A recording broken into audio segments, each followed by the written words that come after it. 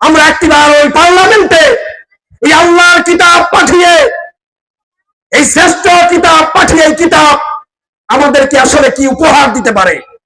আমার উদাত্ত আহ্বান জানাবে, উদাত্ত আহ্বান থাকবে এবং আল্লাহর কাছে কামনা থাকবে, আল্লাহ তাআলা জীবনে আমরা সব দেখেছি, তোমার এই সোনালী কিতাব, তোমার এই প্রিয় কিতাব, জমিনের মধ্যে শ্রেষ্ঠ বস্তু, শ্রেষ্ঠ সম্পদ, এই কিতাব আমাদেরকে কি উপহার দিতে পারে একটিবার দেখার নিয়ত হলেও ঐক্যবদ্ধ থেকে সকলের কাছে আমার আহ্বান থাকবে, আগামীতে বাংলাদেশ জামায়াত ইসলামের যে স্বপ্ন, জামায়াত ইসলামের যে লক্ষ্য উদ্দেশ্য আপনারা ইতিমধ্যে জেনেছেন, সেই লক্ষ্যকে একত্রিত করে, সেই শক্তিকে একত্রিত করে, শক্তি রূপান্তরিত করে আগামীর বাংলাদেশ আমরা ইসলামের বাংলাদেশ গড়ব ইনশাআল্লাহ।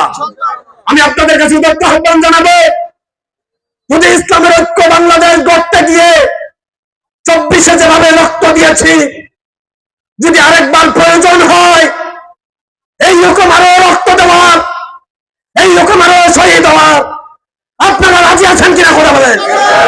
নারায়ে তাকবীর। আল্লাহ তুমি দেখো তোমার প্রিয় বান্দারা আবার এই দেশকে, আবার এই দেশের জন্য যদি রক্ত দিতে হয় দিবে ইনশাআল্লাহ।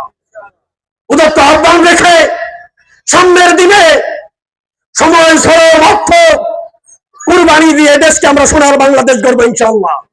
আল্লাহ তাআলা সকলকে তৌফিক দান করুন, আল্লাহ তাআলা সকলকে কবুল করে নিক, আল্লাহ তাআলা আমাদেরকে সকলকে ক্ষমা করে দিক, আজকের এই সাধারণ সভাকে কবুল করে নিক।